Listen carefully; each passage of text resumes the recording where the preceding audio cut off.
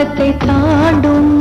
குடிசைகளுக்கு பதிலாக காங்கிரீட் வீடுகளை கட்டித் தருவது நமது திட்டம்.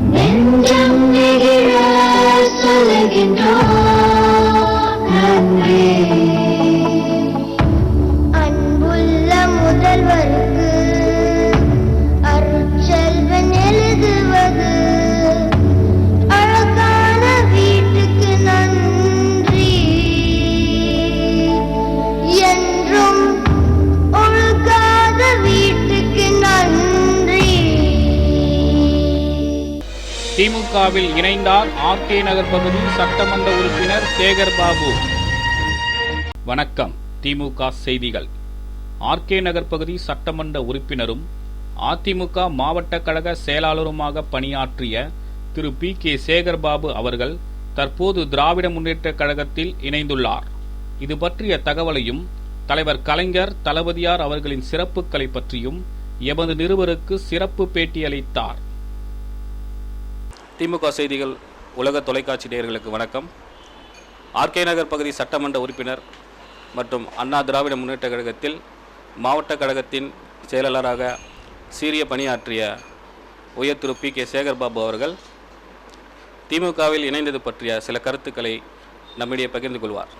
2 முறை சட்டமன்ற உறுப்பினர், அதிமுகவில் மாவட்ட கழக செயலாளர், தற்போது திமுகவில் இணைப்பு, இது பற்றிய கருத்து. நான் பிறந்தது முதல் நினைவு தெரிந்த நாளிலிருந்து அதிமுகவில் தான் இருந்து தொடர்ந்து இதுவரை பணியாற்றிருக்கின்றேன். புரட்சித் தலைவர் எம்ஜிஆர் அவர்கள் மறைவிற்கு பிறகும் புரட்சித் தலைவர் இருந்த காலத்திலேயும் தற்போது அனைத்து இந்திய அண்ணா திராவிட முன்னேற்ற கழகத்தின் பொதுச் செயலாளராக இருக்கின்ற அம்மா அவர்களுடைய தலைமையில்தான் தொடர்ந்து பணியாற்றி கொண்டு வந்தேன். புரட்சித் தலைவர் மறைந்த பிறகு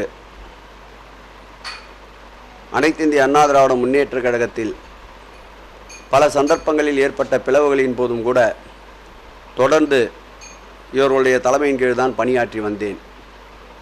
பல்வேறு அவமானங்களுக்கும் பல்வேறு நெருக்கடிகளுக்கும் ஆளான போது கட்சியிலே தலைமை பொறுப்பிலே இருக்கின்றவர்கள் நீதிபதிகள் ஸ்தானத்திலே இருக்க வேண்டியவர்கள்.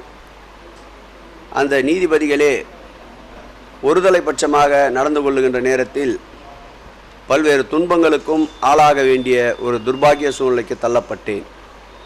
இந்த நிலையில் நொந்து போயிருந்த எனக்கு ஒரு தெளிவான ஒளிமயமான பாதையை காட்ட மாண்புமிகு தளபதி அவர்களும் தமிழகத்துடைய முதல்வர் திராவிட முன்னேற்ற கழகத்துடைய தலைவர் கலைஞர் அவர்களும் என்னை இருகரம் நீட்டி வாரி அணைக்க விரும்பி அழைத்தார்கள்.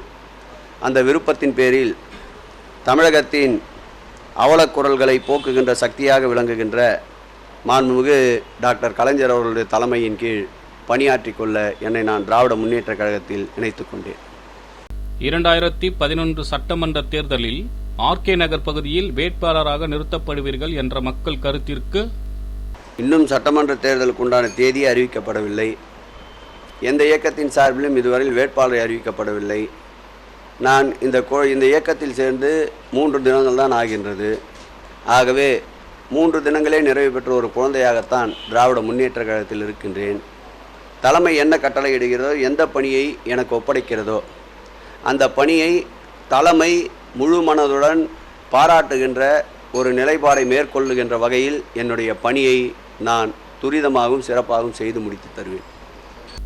திராவிட முன்னேற்ற கழகத்தில் தங்களுடைய கட்சி பணி எவ்வாறு இருக்கும்? கழகத்துடைய தலைவர் டாக்டர் கலைஞர் அவர்களும் கழகத்துடைய பொருளாளர் தளபதி அவர்களும் இடுகின்ற பணிகளை, அது எந்த பணியாக இருந்தாலும் அதை திறம்பட செய்து முடிக்கின்ற பணியைத்தான் நான் மேற்கொள்வேன். தலைவர் கலைஞர் மற்றும் தளபதியார் அவர்களின் சிறப்புகளில் சில. முதலமைச்சராக இருக்கின்ற போது மட்டுமல்ல, எதிர்க்கட்சி தலைவராக இருக்கின்ற போதும் டாக்டர் கலைஞர் அவர்கள் முழு நேரமும் மக்கள் பணியில் தன்னை முழு மனதுடன் ஈடுபடுத்தி கொண்டவர். தற்போது 88 வயது நிரம்பியவர்களாக இருந்தாலும் கூட தினந்தோறும் ஓய்வில்லாமல் காலையிலிருந்து இரவு வரை எல்லா சூழ்நிலையையும் இந்த மக்களுக்கு பணியாற்ற வேண்டும் என்பதற்காக ஓய்வில்லாமல் உழைத்து கொண்டிருக்கின்ற தமிழகத்தின் விடிவெள்ளியாக கழகத்துடைய திராவிட முன்னேற்ற கழகத்துடைய தலைவர் கலைஞர் அவர்கள் திகழ்ந்து கொண்டிருக்கின்றார்.